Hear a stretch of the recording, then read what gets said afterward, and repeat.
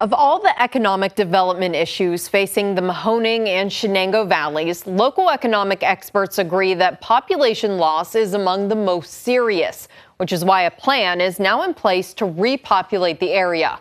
With the details of that plan, here's First News anchor Stan Boney.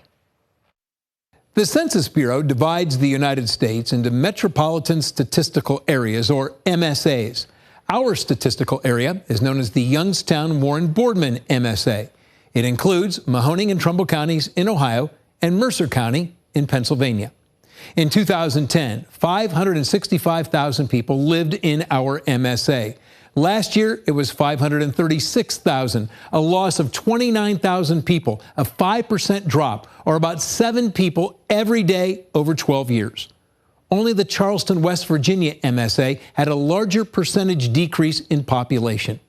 In an effort to reverse the trend, the Youngstown-Warren Regional Chamber has a plan. It's called simply Repopulation. On a recent Thursday afternoon, Mike McGiffin and Emil Lizniansky sat in the conference room of the Youngstown-Warren Regional Chamber to talk about the newest buzzword in economic development, repopulation. All of us who are involved in this project find ourselves saying the word repopulation quite a bit and have never said it before in our lives up until about a year ago. And based on the feedback we got from the business community, this was our #1 need, just that need for human capital. Emil Lizniansky is with the Cleveland consulting group Envision and was hired by the Eastgate Council of Governments to help with the repopulation plan. Mike McGiffin is president of the Chamber's foundation and has been instrumental in developing the plan too. We're trying to grow our community's population. The plan has 3 steps. First, retain the youth. Convince young people who grew up here to stay here. There's some very smart stuff going on here where digital advertising is able to target people who are looking for jobs and illustrate to them the difference between the salaries might match, but the cost of living is lower, so you're actually wealthier if you live in this area. Second is what the plan refers to as the boomerang effect. Convince people who grew up here and moved away to move back. They're more likely to come back than saying, oh, somebody from Denver or Texas should come here because there's a lower cost of living. That's a big leap.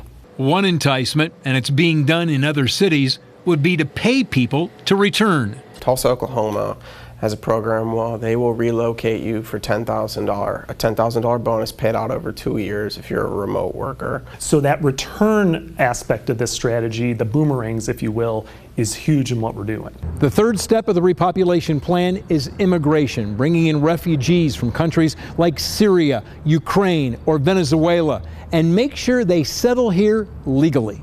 It's countries like that that have decent people, good working people, good families, that we want to diversify our culture in this community by welcoming here and have them do some of the jobs that are frankly going to go unfilled because we just flat out don't have the people. Lizniansky used Utica, New York as an example, a post-industrial town similar to Youngstown that lost 60% of its population. What they did was, starting in 1980, they started embracing refugees. So as people came into the country, and this happened over 4 decades now, they've actually got their population slightly on the rebound, and now 1/4 of their residents are foreign-born.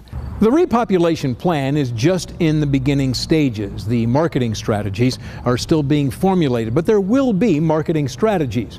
Keep in mind, this is going to take a while, though they hope to get it done as soon as possible. What we recognize is that if we continue on the pace that we are with expanding our businesses in this area and attracting new businesses into the area, we're going to create an even bigger issue with that job imbalance. So we need to have more people in this area. Stan Boney, WKBN 27 First News. Hi everyone, I'm Lindsay Watson. Thanks for watching the WKBN 27 First News YouTube channel. If you want more video news, subscribe to our channel. And don't forget to download the WKBN 27 First News app for breaking news alerts.